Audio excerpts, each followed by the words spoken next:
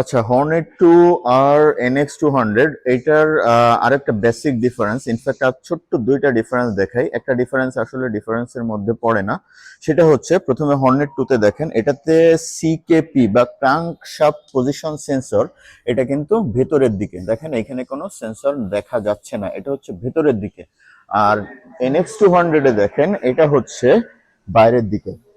এই যে এটা হচ্ছে বাইরের দিকে, সিকেপি সেন্সর যেটা বলে এটা হচ্ছে বাইরের দিকে। এই হচ্ছে আরেকটা ডিফারেন্স।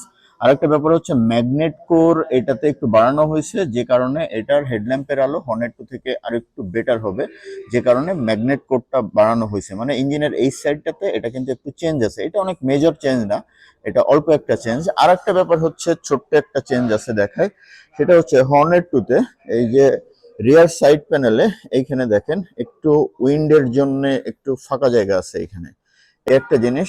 আর NX200-এ কিন্তু এটা নাই, এই যে দেখেন একেবারে ফ্ল্যাট NX200-এ।